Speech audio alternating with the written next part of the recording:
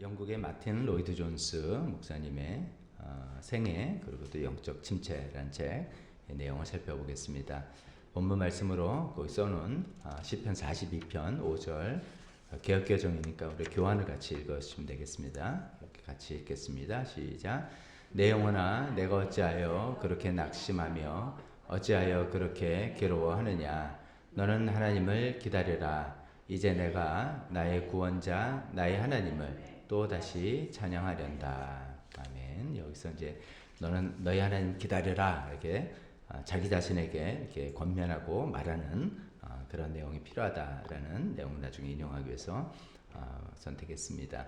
이 마틴 로이드 존스 목사님은 영국의 목사님으로서 교단을 말한다면 회중교회, 한국의 회중교회는 좀 생소합니다. 회중교회 교단은 거의 없는 걸로 알고 있는데 장로교하고 좀 비슷한 그런 교단이라고 생각하시면 됩니다. 영국에서는 회중교회면은 큰 그 국교라고 하는 국교도라는 게 이제 성공회죠. 그 성공회고 나머지 비국교도 뭐 회중교회, 장로교, 침례교 교단 차이에서도 여기는 이제 비국교도 이렇게 포함되는데 이제 비국교도에 속한 회중교회 목사님이고 이분은 이제 의사 출신으로 유명하죠. 굉장히 하이클래스 의사 하시다가 목회자로 그 의사제를 내놓고 목사가 되신 분이고 20세기 최고의 강해 설교자 이렇게 알려졌습니다. 강해 설교자라면 이제 주제를 하나 딱 놓고 영적 침체라면 영적 침체라는 주제를 가지고 성경 여기저기에서 이제 하나님의 말씀 전하는 스타일이 아니라 본문 따라서 이제 마태복음 1장에서 계속 본문을 따라서 거기에 담겨 있는 하나님의 말씀을 전하는 그런 설교 방식인데 그런 것을 굉장히 잘했던 분으로 알려진 분입니다. 한국 교회도 많은 그런 면에서 영향을 끼쳤던 분이죠. 자, 우리 늘 하던 대로 시대적 배경 먼저 살펴보겠습니다. 간단하게 살펴보면 20세기 이제 중반 들어가서 이분이 이제 1899년에 태어나서 1991년에 돌아가신 분이니까 20세기라고 생각하면 영국 교계가 이제 단순히 이제 뭐 이제 교인 숫자가 감소하고 하라는 그런 것도 있지만 굉장히 이제 총체적인 혼란기였다고 이야기합니다. 그 이유는 이제 첫 번째로 자유주의 신학과 에큐메니컬 운동이 활성화되었기 때문이다.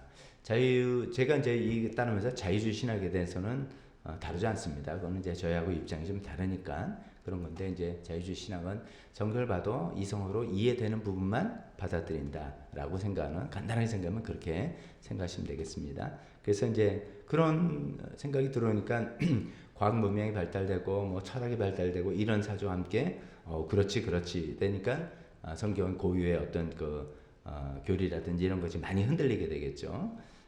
그렇게 돼서 자유주의 신학이 굉장히 물밀듯이 들어오게 되는 그런 것이 한 가지 있었고 또 교회도 이제 뭐라니까 우리가 이제 교회 존재 목적이 뭐냐 그러면 영혼 구원하고 제자를 만드는 것이다. 예수님께서 그걸 부탁하셨다라고 하는데 교회의 목적이 점점 뭐 그런 것도 있지만 그래도 여기 사회도 개혁해야 되고 인권도 좀 돌봐야 되고 뭐 평화 운동해야 되고 등등 이제 주변의 운동들이 점점점 중심으로 들어와서 교회가 좋은 이제 사회단체, 사회봉사단체 뭐 이런 식으로 점점 탈바꿈하는 그런 이제 현상. 어떻게 보면 이제 복음주의 입장에서 위기라고 볼 수가 있겠죠.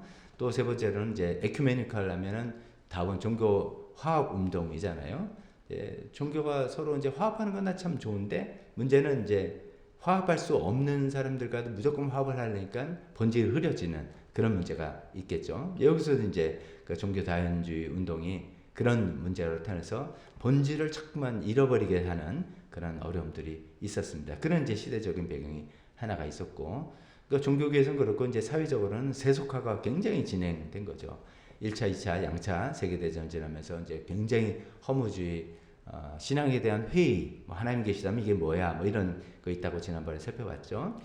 세이스 루이스 그런 배경에서 거의 비슷한 활동한 신분인데, 그 다음에 이제 50년대, 60년대 들어오면서 이제 그 기술 문명이 발달하다 보니까 TV가 보급되고, 그러다 주말에 레저 활동하게 되고, 지금도 이제 우리나라에 많이 변했잖아요. 예전만 해도 토요일까지 근무 다 하고, 일을 하루 딱 쉬는 날 교회 간다. 이게 이제 신앙인들에게 고정 딱 됐는데, 주 5일제로 바뀌면서 토요일 놀고 일요일 교회 오면 좋은데 토요일 일을 끼어서 놀고 뭐 이러면서 좀 흐트러지고 많은 이제 변화가 있었던 것들이 이런 거예요. 여기도 주말 레저 문화가 확산되고 또 성개방운동, 여성운동, 또 개인주의 등등 이런 것들이 확 세속화가 물밀들이 돼서 이제 많이 굉장히 다른 양상이 된 거죠. 그래서 이제 영국 교회에서도 명목화된 그리스도인들, 그러니까 명절 때, 부활절 때 가고 성탄절 때 교회 가고 결혼식은 교회에서 하고 장례식 교회에서 하지만 뭐 나한테 신앙적인 의미는 별로 없고 이런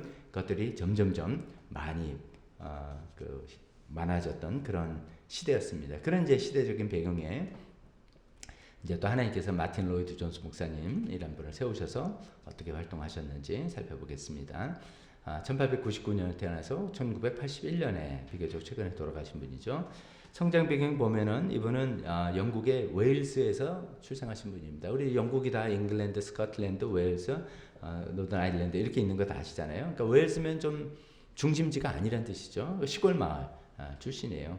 아버지가 식료품점 점원, 그냥 그저 그런 분이었는데 신앙식은 깊었던 그런 분으로 알려졌습니다. 근데 이제 이분이 뭐 굉장히 머리가 좋았나 봐요. 의대, 지금도 의대, 근데 옛날엔 더 그랬겠죠. 영국 런던 제일 좋은 의대를 들어가서 최우 성적으로 졸업하고 21살에 의사가 되고 23살에는 왕립의학회, 뭐 우리 같으면 뭐라 할까요? 이건 뭐 모르겠어요. 전문의를 땄다 이렇게 생각합시다. 이제 그렇게 아주 자기 전공 분야에서 일취월장했던 그런 분입니다. 그 당시 이제 뭐 영국 이제 왕이 있으니까 왕의 주치 개념이 있을 거 아니에요. 우리나라 대통령 주치 있듯이 그 이제 국왕의 주치의 의사에 그분이 뭐 우리 기억할 필요 없습니다만 호더경이란 분인데 그분의 가장 넘버원 수제자. 그러면서 그 이제 왕립 의사의 수제자 그러니까 이 마틴 로이드 존스 목사님이 이 환자가 뭐 가난하고 뭐 그런 사람들이 아니에요. 상류층, 귀족층, 왕족들 이런 사람들이 대개 이제 고객 환자였겠죠. 자, 근데 그렇게 활동하시던 분이 3번 모케로이 부르심이 있는데 이런 환자 상류층을 진료하면서 어떤 사람은 야, 나 잘 나간 사람이야. 내 고객들은 다 이런 사람들이야. 막 이렇게 이제 할 수도 있는데 이분은 반대였어요. 점점점 환멸을 자기의 그 의사 활동에 대해서 좀 문제의식을 가지고 환멸을 느꼈어요. 그래서 이제 나중에 이렇게 고백한 내용을 제가 회고한 내용을 썼습니다. A번 모케로의 부르심 3번에서 A 나는 여기입니다. 나는 귀족들과 부자들을 치료하면서 그들이 얼마나 불행한지 보았습니다. 우리 짐작하잖아요. 고치면서 이제 얘기하다 보면 뭐 이제 그런 거잖아요. 그들의 육신을 고쳐서 다시 세상으로 돌려보내는 것은 결국 그들을 더 편안하게 죄를 짓고 지옥으로 가도록 돕는 것에 불과했습니다. 얼마나 정직한 분입니까? 사람들에게 필요한 것은 약이나 수술이 아니라 새로운 생명, 즉 복음이었다라는 것을 그들을 치료하면 할수록 느끼는 거예요. 진짜 이 사람들 고쳐 살려주면 더 죄짓게 하고 더 큰 지옥이라는 건 없지만 더 큰 지옥에 가도록 내가 돕는 것밖에 안 되는 거 아닌가? 여기에 대해서 이제 굉장히 문제의식이 생긴 거죠. 그래서 이제 이런 것들이 점점점 마음을 부담이 되고 성령님께서 주신 부담이겠죠. 그래서 내가 육신의 생명을 고치는 의사가 아니라 나는 영혼을 살리는 의사로 하나님께서 부르신 게 아닌가. 이런 이제 문제의식이 생기면서 점점점 자기가 이제 틈틈이 뭐 서적책도 읽고 많이 이제 머리가 좋으시니까 뭐 얼마나 성경도 읽고 하셨겠어요. 그러면서 이제 틈틈이 평신도 설교자로서 런던이나 아니면 고향 웨일스의 그 작은 교회들을 이제 기회가 될 때마다 말씀을 섬기고 이렇게 했다고 합니다. 그러면서 이제 나는 의사를 그만두고 목회자가 되고 싶은 마음이란 걸 슬슬 이제 이렇게 알게 됐겠죠. 이게 이제 당시 또 센세이션이었어요. 지난주에 그 C.S. 루이스가 예수 믿었다는 게 센세이션 됐다는 것처럼 또 그런 거예요. 당대 탑 의사가 그 좋은 의사, 그것도 왕 주치의가 될 수 있는 근데 그런 걸 내려놓고 목사가 되려고 그런다? 얼마나 충격적인 소식이겠어요. 이제 그렇게 이제 소문이 조금 펴져나가고 있었는데 B번 넘어가면 그 소식을 들은 이제 웨일스의 샌드필즈라는 교회에서 이분을 임시 설교자로 한번 우리 교회 와서 말씀 한번 전해달라 부탁을 했어요. 1926년도 일입니다. 이 샌드필즈 교회는 시골 교회예요. 전형적인 시골 교회. 그냥 광산촌 그리고 광산 근처에서 나오는 제철소 있어서 그런 노동자 중심의 시골 교회예요. 교인들이 한 90명 정도 불과하고 담임 목사님도 구하지 못하고 그런 시골에 누가 가겠냐 이런 거죠. 그런데 이제 웰즈 우리 고향 출신의 그분이 이런다 이런 소식을 듣고 마치 이제 없으니까 임시로 좀 설교를 좀 부탁해도 될까? 이렇게 해서 이제 임시로 와서 말씀을 전해달라고 부탁한 거예요. 그래서 흔쾌히 그 부탁을 받고 이분이 이제 로이드 존스 목사님이 가서 설교를 했는데 그냥 단 한 번 설교에 게임 끝. 모든 성도들이 야 저분은 정말 우리 교회 보내주신 하나님 종이다 이렇게 이제 확신을 갖게 됐어요. 그래서 한 번 예배 드리고 난 다음에 끝나고 교회 중직자들이 정식으로 우리 교회 담임 목사 꼭 돼달라고 이제 부탁을 하고 그걸 이제 청빙한다 그러잖아요. 그렇게 한 거예요. 근데 로이드 목사님은 신학교 나와서 안수받은 목사님이 아니라 그랬죠. 평소에 설교자를 했잖아요. 근데 이분이 이제 속한 영국엔 좀 그런 일들이 자주 있는 것 같아요. 성공회 같으면 이제 안 되는 거예요. 성공회 그 시스템 다 있어서 안 되는데 이제 비국교도 침례교에서도 좀 그랬고 예를 들어 우리가 그전에 살펴봤던 찰스 스폴전 목사님도 신학교 나온 분은 아니라 그랬잖아요. 그럼 뭐 그런다든지 미국의 일이지만 D.L. 무디 목사님도 그렇고 또 나중에 나오겠지만 캠벨 목사님도 그렇고 이제 정식 신학교를 거치지 않았지만 이분이 그 충분히 목회자의 소양이나 이런 게 갖췄다고 생각해서 목사로 그냥 안수받고 하는 그런 케이스인데 로이드 목사님 그렇게 된 거예요. 교단에서 보니까 뭐 성경 지식이라든지 신학적인 깊이라든지 인품이라든지 이건 뭐 틀림없다. 그래가지고 신학교 이수 과정을 면제하고 목사 안수를 받게 됐습니다. 그래서 이제 그 교회를 부임하게 되는데 그 전에 또 한 가지 해결의 문제가 C번 아내의 결단이 있었어요. 이 이제 그 아내 이름이 베단 필립스라는 분인데 이분도 의사예요. 여의사. 그러니까 지금도 의사 커플이라면 와 대단하다 뭐 이런데 당대는 뭐 더 드물었던 케이스라서 굉장히 엘리트 이제 커플이죠. 결혼하기 전인데 결혼 앞두고 로이드 목사님한테 로이드 존스 목사님 다 이런 일이 생긴 거예요. 센트 필립스 목사 교회에서 설교해달라 하다가 청빙을 받고 목사 안수까지 이게 되고 나는 점점 이렇게 이 길을 하나님께서 부르신다 생각하고 그 길을 가겠다고 생각하는데 이 여인이랑 이제 결혼을 약속하고 했던 사이니까 그 얘기를 이제 안 할 수 없는 거잖아요. 그래서 결혼을 앞두고 그 이제 회단 필립스한테 약혼녀에게 나는 이런 길을 하나님께서 부르셔서 나는 갈라 그런다. 그게 이제 그전에는 의사로 알고 지금 교제했는데 완전히 다른 거잖아요. 근데 거기서 이제 베단 필립스 이분이 놀라운 반응을 또 한 거죠. 당신이 복음을 전하기 위해서 의사를 그만둔다면 난 기꺼이 당신 곁에서 평생 가난한 시골 목사의 아내로 살겠습니다. 이것도 놀라운 결단인 거죠.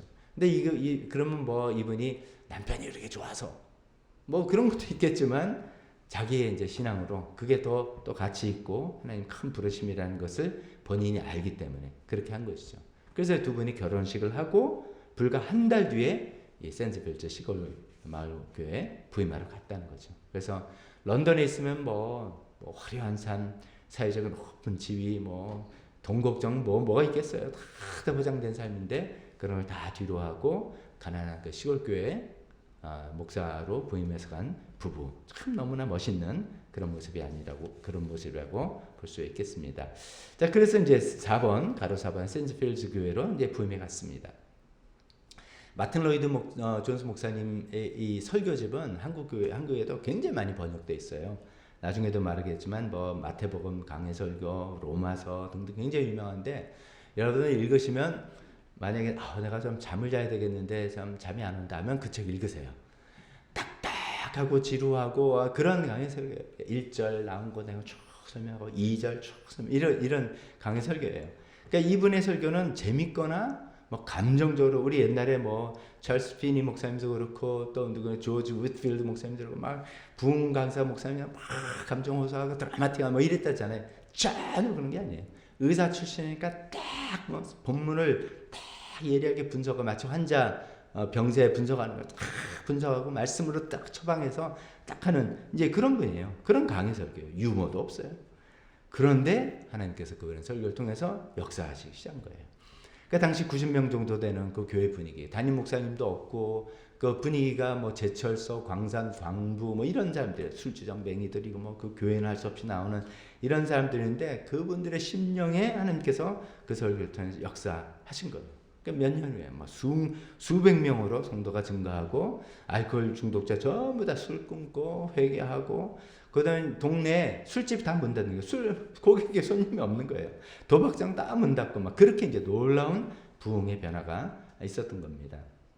자, 그렇게 해서 이제 그곳에 목회를 하고 있었는데 어쩌면 이건 뭐 세상 논리로 말하면 안 되겠지만 이분은 이제 그 작은 시골 마을에서 목회할 그릇이 아닌 거죠. 그런 거라고 볼 수 있겠죠. 5번으로 넘어가면 이제 모건 목사님이 그런 이제 청빙한 내용입니다. 이 마틴 로이드 존스 목사님에 대해서 이렇게 설명을 이렇게 보면 그분이 웨스트민스터 채플에서 뭐 30년 동안 목했다 이렇게 나옵니다. 그럼 웨스트민스터 그거 아니야? 그 뭐 다이애나 그 공주도 결혼했고 그 뭐 아닙니다. 그거는 이제 웨스트민스터 대성당 커티드럴 대성당이고 그 웨스트민스터 대성당은 영국 성공회 영국 국교의 중심교회예요. 대표교회예요. 그래서 모든 왕실 행사도 그 교회에서 하고 하는 그 영국 웨스트민스터 대성당이고 여기 이제 웨스트민스터 채플은 비국교도의 어떤 대표예요. 성공회가 아닌 그래서 여기 이제 회중교회인데 한 2,500석 규모 되는 굉장히 비국교도에서는 중심되는 그런 교회 그렇게 이해하시면 좋겠습니다.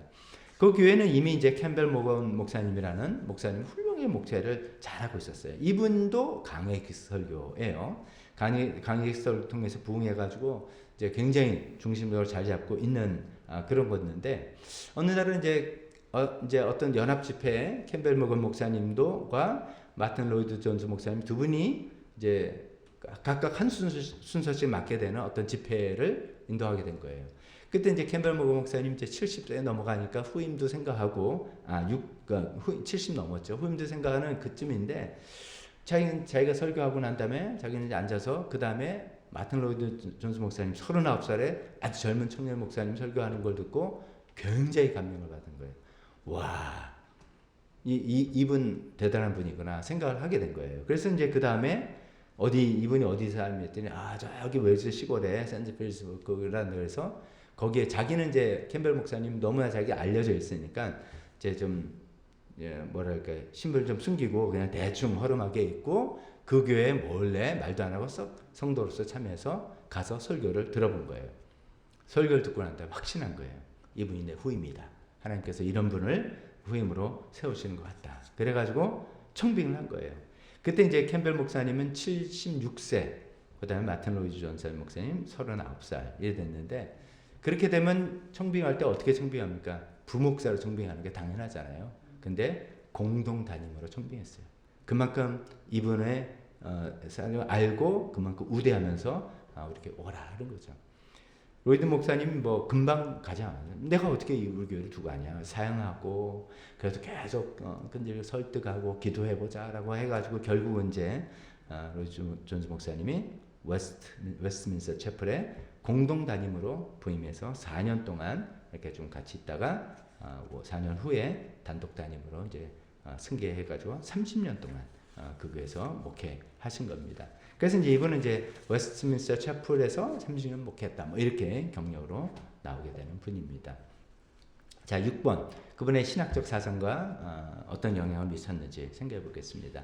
여러 가지 이제 표현이 있겠지만 이분의 설교를 한마디로 정의하라면 이거예요. 불붙은 논리. 영어로 하면 logic on fire. 이런 거예요.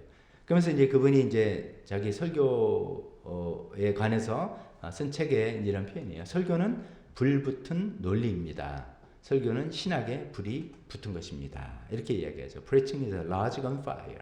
이제 logic하고 fire 두 개가 다 있어야 된다. 이 강조죠. 즉 설교가 감정에만 호소하는 fire만 있는데 logic이 없어. 왜 우리가 감사하고 왜 했는지 모르지만 하자니까 와 이거 안 되고 또 로직이 있어. 뭐 이랬고 저랬고 있는데 냉랭하고 그냥 그래서 이렇게 되는 것도 아니고 두 가지가 같이 있어야 된다는 거죠. 지성적인 논리가 성령의 불길 만나서 회중의 가슴을 때리는 감격이 있어야 된다라고 하는 게 그분의 불붙은 논리입니다. 그러니까 제가 이제 아까 책 읽으면 졸립다 그랬잖아요. 글로 읽으니까 그런 거죠. 우리가 글로 읽을 때 졸린 거고 설교도 그렇죠. 뭐든 뭐 설교도 그렇고 어떤 강의도 그렇고 다 라이브가 최고잖아요. 그 라이브를 들 때 그때 그 감정과 감격과 이게 전달되는 거죠. 그다음에 이제 뭐 영상으로 봐도 되지만 실제로 참석할 때가 또 다르잖아요. 근데 그것도 안 되면 이제 글로도 다 이제 차등이 있는데 우리는 글로 읽으니까 그리고 실제로 그분의 설교 때 그냥 놀라운 은혜와 역사들이 많았다는 거죠. 그게 이제 불붙은 논리였기 때문에 강조했기 때문에 그런 것 같습니다. B번으로 이제 그분이 현대 강해설교의 대부다. 아까 계속 말씀드렸죠. 캠벨 모건 목사님도 강해설교인데 이분도 이제 이어받아서 강해설교를 한 거예요. 그래서 이분이 보여준 강해설교가 20세기 우리 개신교 설교사의 굉장히 큰 변화를 가져왔습니다. 이분이 아까 제가 언급한 그 마태복음이 아니라 실수했네요. 로마서 강의가 12년 동안 했어요. 생각해보세요. 로마서 16장까지 있죠. 그거를 12년 동안 아니 이게 나온 지 10년 됐는데 여전히 로마서야. 계속 로마서예요. 12년 동안 한 구절 설교하고 에베소서 강의 8년 동안 하시고 산상수훈 그 마태복음에 나오는 5, 6, 7장 그 짧은 8장까지 7장까지죠. 그 부분은 60회 1년 넘게 강의하고 그 한 구절 한 구절 그 의미와 단어의 뜻을 설명하면서 그 거기서 끝나는 게 아니라 하나님의 구속사 전체와 연결해서 또 기독교 교리 전체와 연결해서 설교하는 아주 그런 걸 정말 잘했던. 그래서 이제 굉장히 안정적으로 자리 잡힌 말씀으로 전했던 것이죠. 그게 이제 뭐 세계적으로도 많이 영향을 미쳤지만 한국 교회라고 생각한다면 C번 한국 교회 이제 70년대 80년 초만 해도 우리나라 이제 한국 교회가 굉장히 부흥했죠. 특히 이제 경제가 발전하면서 시골에서도 많이 올라오시면서 서울 특히 수도권 중심으로 엄청나게 발전했는데 그때만 해도 이제 부흥의 중심이었어요. 그게 많았어요. 그러니까 뭐 진짜 먹고 사는 거 힘들 때고 그러니까 큰 학교 와서 매달리고 기적을 체험하고 이런 중심이다 보면 이제 강사 목사님이 어떤 체험이라든지 어떤 성령의 운동이라든지 뭐 이런 것들 약간 기복적인 메시지 들고 그런 것들이 좀 많이 있었어요. 필요에 도움이 됐었어요. 이제 그렇지만 그렇게 불이 붙었는데 그 불만이 아니라 아까 뭐였죠? 불붙은 논리가 필요한 거를 채워주는 게 이제 마틴 로이드 존스 목사님의 강해 설교집이라든지 또 그밖에 많은 분들의 이런 강해 설교가 한국 교회에 소개가 되면서 설교 이렇게 말씀 중심으로 해야지 이게 이제 여기서 생긴 거예요. 우리가 보통 다들 설교면 그래도 말씀 중심이어야 돼라고 생각하잖아요.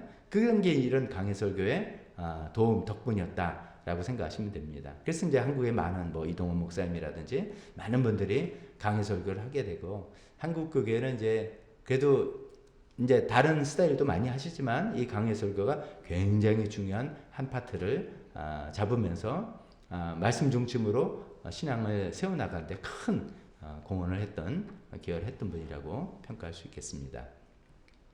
자, 7번 마지막 7번 7번은 좀 이제 좀 마음 아프기도 하고 좀 복잡한 일이기도 한데요. 복음주의 진영의 내분 이렇게 이야기했습니다. 참고로 이제 복음주의라는 게 뭔가라고 생각할 때 제가 이제 몇 주 전부터 자유주의 신학이 잠깐만 침투해왔다 이렇게 표현했잖아요. 자유주의 신학은 뭐 간단하게 말하면 우리가 이성적으로 이해하지 못하는 것, 기적 이런 거는 이건 그 당시에 그냥 신화라든지 그냥 인간들의 마음을 투영한 거 이렇게 이제 그 배제하는 거예요. 그러니까 예수님의 동정자 탄생도 부활도 여러 가지 무리를 거절 이건 그게 아니라 그런 어떤 의미가 있었다는 거야. 이렇게 해서 이성으로 이해 못하는 거는 이제 배제하고 성경의 좋은 교훈으로만 삼자 이렇게 생각하는 거예요. 그렇게 이제 생각하세요. 여러 가지 다른 것도 있지만, 근데 그런 이제 자유주의가 들어옴에 따라서 아니지. 우리가 전통적으로 우리가 믿는 신앙은 우리 이성을 뛰어넘는 하나님에 대한 믿음이지라고 해서 이거를 지켜야 된다라고 하는 그런 한쪽을 복음주의 이렇게 이해해도 됩니다. 나중에 이제 복음주의가 나중에 또 어떻게 이제 근본주의하고도 갈라지고 여러 가지 있지만 이 당시는 그렇게만 이해하시면 되겠습니다.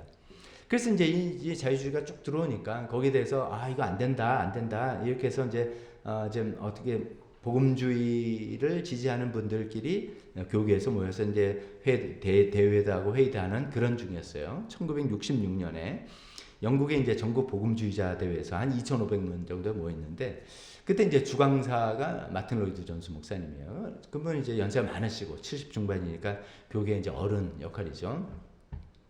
근데 이제 이분이 그 주강사로 말씀 전하면서 간단히 말하면 이거 안 된다. 지금 우리가 특히 영국 성공회 같으면은 성공회가 지금도 성공회는 굉장히 진보주의적입니다.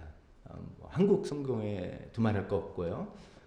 이게 뭐 좀 정치적인 이야기가 될지 모르지만 그래서 이제 꼭 정치적인 견해도 어떻게 굉장히 진보적인 그 의견을 내는 사람들 이렇게 보면 성공회 대학교 교수 이렇게 되는 게 많아요. 성공회가 굉장히 진보적이에요. 미국도 그래요.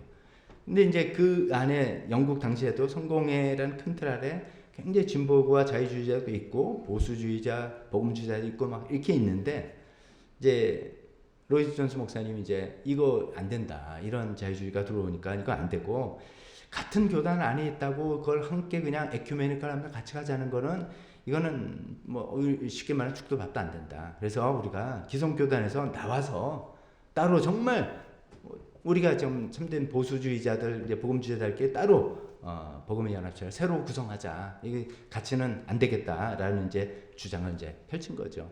근데 이제 아쉬운 거는 이제 사전 주최 측과 이제 협의가 좀 됐었으면 좋았을 텐데 아마 즉흥적으로 때 성령의 감동으로 이제 그랬나 봐요. 그랬는데 그 연설이 끝나자마자 그 당시 이제 그 회의를 의장으로 맡고 있던 분이 또 여러분들 잘 아시는 존 스토튼 목사님이에요. 존 스토튼 목사님 성공회입니다. 당시 이제 45살, 좀 젊다면 젊죠.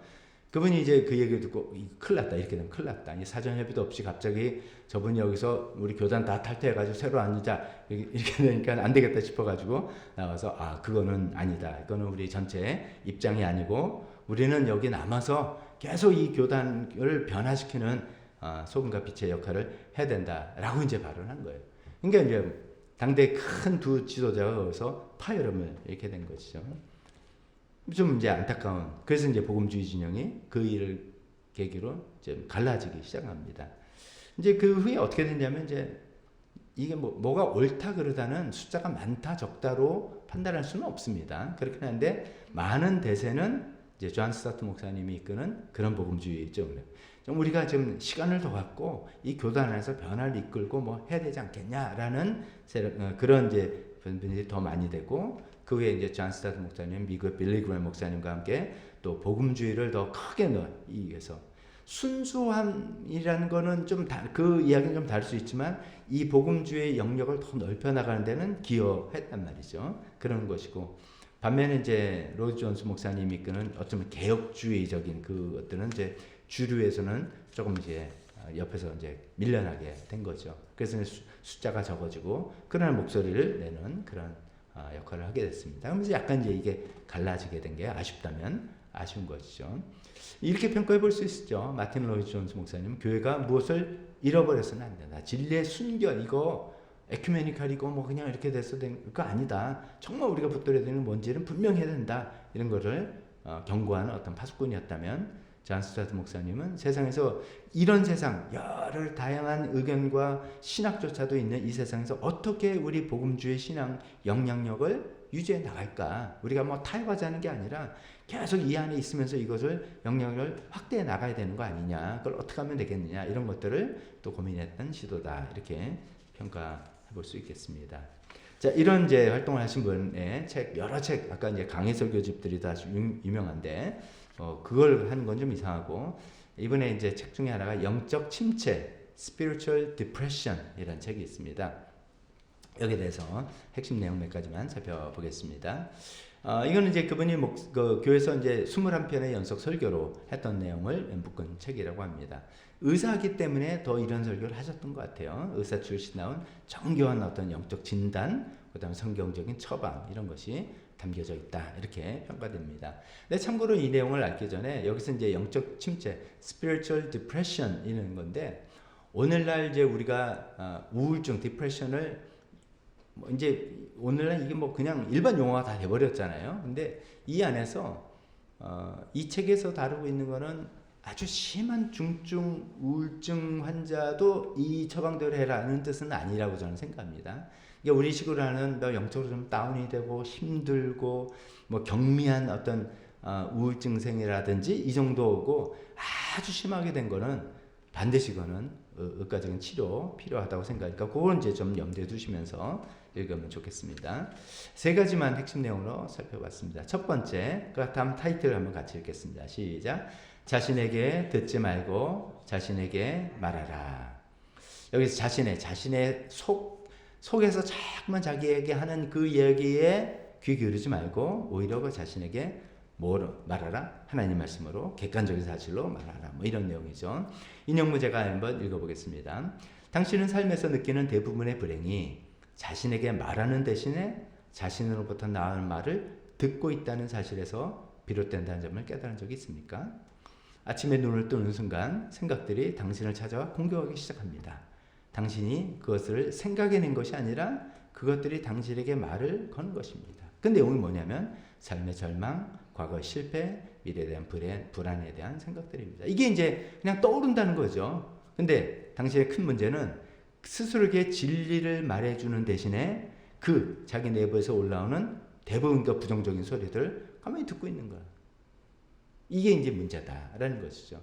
우리가 생각해보면 또 그렇죠. 우리도 어떤 일이 생기면 이제 천성적으로 이제 긍정적이고 뭐 이런 분들도 있겠지만 사실 뭐 앞날에 어떤 걸 생각하면 불안한 마음이 이제 생기잖아요. 뭐 이제 대비를 하는 마음이 생기는 건 뭐 다 당연한데 이게 계속해서 내 마음속에 떠오르는 그런 생각들이 막 떠오르는데 이거를 계속 들어주고 있는 나 자신. 이게 나라고 생각하는 거죠. 이게 난데 어떻게 보면 또 난데 나에게 이야기하는 내 소리를 내가 듣고만 있지 말고 그에게 하나님의 진리로서 어떤 객관적인 진리를 말해주는 그런 노력이 필요하다는 것이죠. 그래서 이제 오늘 이제 본문을 읽은 시편 42편 5절이 그런 내용이죠. 다시 제가 읽어보면 내 영혼아, 이게 이제 내가 내 영혼한테 이야기한다는 거죠. 내 영혼이 하는 이야기를 내가 막 들으면서 그래 이거 어떻게 큰일 났다 뭐 나는 뭐 쓸모없는 인간이네 뭐 이게 아니라 내 영혼에게 이야기하고 선포한다는 거예요. 다윗의 자기의 이제 고백을 이야기한 거잖아요. 내 영혼아 네가 어찌하여 그렇게 낙심하며 어찌하여 그렇게 괴로워하느냐. 이 안에는 아까 이 영문에 나온 것처럼 삶의 절망, 과거의 실패, 미래의 불안 뭐 등등 뭐 이런 게 다 있는 거잖아요. 그러지 말고 너는 하나님을 기다려라. 이제 내가 나의 구원자, 나의 하나님을 또다시 찬양하란다. 여기서 이제 하나님을 기다려라라는 것은 하나님을 바라봐라 하는 것과 똑같은 것이죠. 그렇게 내 마음속에서 어디서인지도 모르는 뭐 이런 것에서 싹만 내 속에 떠오르는 이런 생각들에 귀 기울이지 말고 마음 뺏기지 말고 거기 흔들리지 말고 이제 하나님을 기다리라고 말하는 이거는 뭔가 하면은 하나님의 객관적인 진리의 말씀, 생명의 말씀, 성경의 말씀 이런 걸 가지고 내 마음에 나에게 이야기 말해줄 줄 알고 나에게 명령할 줄 알아야 된다. 그렇지 않으면 그냥 복잡한 그냥 나락으로 계속 빠지게 된다. 이런 거지 않습니까? 이제 이분이 의사 출신으로서 이걸 썼으니까 제가 이제 현대 심리나 의학적인 진단 이런 거하고 연결 한번 해서 생각해 보면 이렇게 되는 것 같아요. 오늘날도 이제 뭐 우울증 환자들이 뭐 그런다 그러네요. 저 자료 보니까 머리에서 반복적으로 떠오르는 어떤 부정적인 생각들 계속해서 떠오르는데 근데 그거를 믿는다는 거죠. 이제 우울증 환자는 그걸 믿는 게 안타까운 거죠. 그걸 이제 뭐 우리가 동물이 음식을 반추하듯이 소가 그걸 반추라고도 그 전문용어로 한다 그러네요. 근데 그때 이제 진단할 때 그런 용어를 쓰잖아요. 메타인지로 활성해야 된다라고 하죠. 너 자신의 그 안에서 빠지지 말고 마치 공중에 똥 떠서 너를 이렇게 보는 것처럼 제3자 입장에서 객관적인 입장에서 이 상황과 너의 생각들을 보고 이야기해 줘야 된다. 그런 메타인지를 잘 활용해야 된다. 이런 이야기를 이야기하는 것 같아요. 여기서 이제 맞는 말인데 메타인지도 저도 동의한데 어떤 메타인지냐가 또 중요한 거잖아요. 자기의 과거의 경험을 하는 메타인지, 자기가 생각하는 스스로의 어떤 뭐 성공과 행복이라는 가점의 메타인지, 그거 아니고 그런 거 말고 하나님의 말씀, 하나님께서 나를 뭐라고 하시는지, 하나님의 생명의 말씀이라는 그 메타인지를 가지고 나 자신을 계속 이야기해주고 리마인드 시키고, 그것이 우리 큐티의 매일의 묵상이고 설교 말씀을 들으면서 생각해야 되는 그런 것이죠. 그래서 자신에게 듣지 말고 자신의 그 부정적인 생각 특히 듣지 말고 자신에게 말을 하고 하나님 말씀으로 스스로에게 명령한다. 그게 너무 생뚱맞은다면 계속 권면하고 그 얘기를 이야기하는 그런 자세로, 그런 삶의 태도로서 영적 침체에서 벗어날 수 있겠다라는 이야기입니다. 두 번째는 감정을 신앙의 척도로 삼지 말라. 감정을 신앙의 척도로 생각하지 말라. 인용문 읽겠습니다. 기독교 신앙의 핵심은 당신의 기분, feeling이 아니라 진리, truth에 있습니다. 이게 너무나 간단한 건데, 그럼 당연하지. 뭐 이런 건데, 이게 실제로 우리가 그렇게 살지 못하고 있는 거라는 거예요. 계속 읽어보면 많은 그리스도인들이 영적 상태를 자신의 가변적인 감정으로 측정하는 치명적인 실수를 범합니다. 예를 들어서 나 요새 영적 상태 나 요새 너무 좋아. 왜 그러냐면 난 너무 행복해 요새. 모든 게 다 돼서 뭐 너무 행복한 것 같아. 너무 행복한 것 같다는 자의 감정이 자기의 영적 상태라고 연결하는 거죠.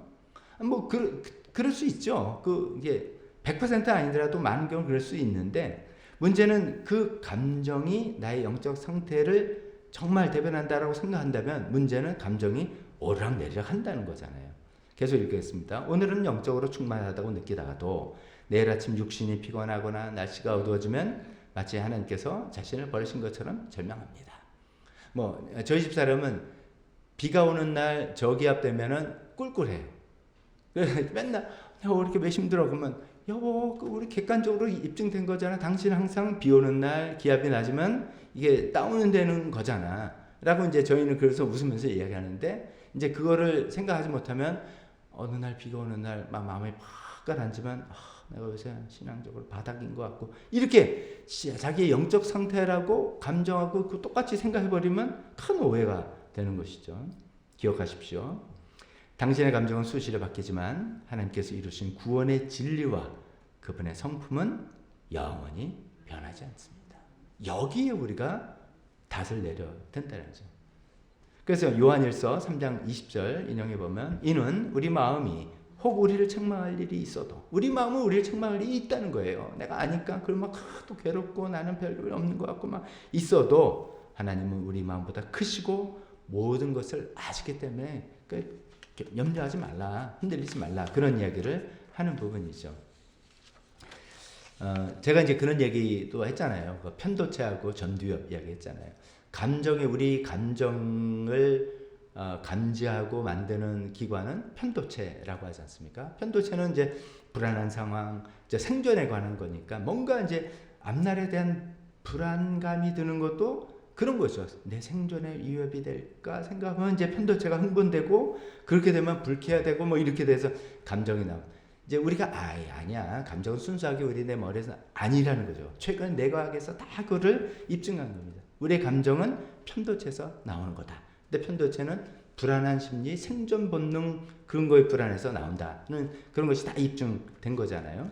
이제 그런 것을 이제 편도체가 만드는 감정에 내 영적 상태도 거기 걸고 내 삶을 건다면 굉장히 우리는 힘든 삶을 살게 되기 때문에 그러지 말고 전두엽 이성적이니까 뭐 기적을 믿지 않는 이성 그런 거 말고 정말 합리적으로 하나님 말씀을 듣고 읽고 이해하고 과거의 경험으로 내가 또 뿌리낼 수 있는 그런 전두엽을 활성화해야 된다라는 말씀드렸잖아요. 근데 문제는 어떻게 그러니까 제가 몇 번 말씀드렸죠. 이제 편도체가 관장하는 기구 중에 하나가 우리가 그래도 컨트롤할 수 있는 유일한 게 호흡이다. 호흡을 통해서 뭐 이건 이제 기독교 전통이 아닌 데서는 명상이라고 그러고 우리는 뭐 침묵기도일 수도 있고 아니면 호흡일 수도 있고 호흡을 잘 가라앉히면서 계속 갇히면서 내 마음을 안정시키고 그러면 이제 감정이 가라앉게 되는 거죠. 이제 그거와 또 하나 있는 게 감사라고 말씀드렸잖아요. 계속해서 감사를 기억할 때마다 내가 이렇게 불안할 필요 없고 두려워할 필요 없고 내 편도체를 안정시켜줘서 전두엽이 활성화될 수 있게. 그래서 다시 하나님 말씀에 정말 진리의 말씀에 내가 근거해서 살아갈 수 있고 내 상태를 더 확인할 수 있는 그런 훈련들 계속 해나가자 말씀드리고 싶습니다. 지금 세 번째, 과거의 죄에 대한 묵상은 마귀의 속삭입니다. 인용문 읽겠습니다. 사탄이 당신을 침체에 빠뜨리기 위해서 사용하는 가장 간교한 무기 중 하나는 이미 용서받은 과거의 죄를 다시 들춰내는 것입니다. 뭐 그런 거죠. 야, 너 그거 용서받았다고? 야, 용서받은 네가 아직도 그러냐? 웃기지 마. 너 말이야. 막 이러면서 계속 이러는 것이죠. 사탄은 당신의 지나간 오점과 실패를 계속해서 상기시키며 너 같은 자가 어떻게 하나님이 자녀일 수 있느냐라며 참소합니다. 근데 여기서 이제 이렇게 참소가 올 때 이제 크게 뭐 두 가지죠. 하나는 완전히 배째라 아주 철면피인 분들은 웃기지 마, 나 용서받았어 이렇게 넘어가는데, 이제 그런 사람들은 어떻게 세상적으로 보면 야 저렇게 뻔뻔스러워 이런 사람들이고, 어떤 분들은 우리가 양심적이고 착하고 이런 분들이 더 넘어가기 쉬워요. 맞아, 나 같은 사람이 나 어떻게 용서받았는데 또 이럴 수 있어. 이게 너무 착하고 양심적인 분들이 거기 홀라당 오히려 넘어간다는 거예요. 근데 그러지 말고 이미 그리스도 죄로 씻겨진 과거의 죄에 계속 매어 자책하는 것은 그건 거룩한 겸손이 아닙니다. 오히려 교만이에요. 왜냐하면 예수님께서 십자가에서 이루신 완벽한 속죄 효력을 불신하는 거예요. 예수님의 십자가 보혈보다도 내 죄가 더 크다고 생각하는 거예요. 예수님 십자가 보혈이 내 죄를 용서하기 부족해. 나는 내가 이거 또 나고 이게 자기가 뭐 죄인이라는 걸 은근히 자랑하는 그 정말 좀 이상한 게 그런 경우가 있어요. 그게 교만이다 이런 것이죠. 로마서 8장 1절 그러므로 이제 그리스도 예수 안에 있는 자에게는 결코 정죄함이 없다. 우리가 이제 고쳐나가는 건 있죠. 그렇지만 나는 쓸모없는 사람이야. 내 존재 자체를 부인하고 뭐 부정하고 이런 거 안 된다는 거예요. 그 밑에 제가 그런 얘기를 써놨습니다. 죄책감과 수치심은 다른 거예요. 죄책감은 행동에 대한 반성이에요. 내가 어떤 잘못을 했기 때문에 거기에 대한 반성의 의미로서 죄책감은 가져야 되죠. 그래서 고쳐나가고 순종으로 회개로 변해야 되는데, 우리가 피해야 될 것은 수치심이에요. 수치심은 존재 자체에 대한 부정이에요. 마귀가 우리를 공격하는 건 이 수치심을 건드려요. 너 쓸모없는 존재야. 너는 십자가 하나님의 자녀가 될 자격이 없는 사람이야. 이런 얘기를 하는 거죠. 우리가 이제 서로 이제 다툼을 할 때도, 이제 부부 다툼이라든지 사람들이 할 때도, 자녀를 키울 때도 조심해야 하는 게 이런 거잖아요. 그런 얘기 많이 듣잖아요. 어떤 행동에 대해서 잘못을 책망해야지, 너는 원래 그런 애야. 뭐 이런. 야, 내가 너 알아봤어. 이런 거는 완전히 존재를 부정하는 수치심을 자극하는 거잖아요. 그럼 이제 사탄의 쓰임이 나도 모르게 도구가 되는 거죠. 그 사탄은 계속 우리를 그렇게 만들려고 하는 거죠. 근데 그게 아니라 하나님께서 십자가에서 이미 나를 용서해 주셨고, 그거는 끝. 더 이상 정죄함이 없다. 단 내가 잘못한 행동은 반성하고 고치고 나가면 되는 거다. 이거를 정확히 구분해서 또 스스로 또 상대방에게 누구와가 관계하도 대해 나갈 수 있는 우리가 되었으면 좋겠습니다.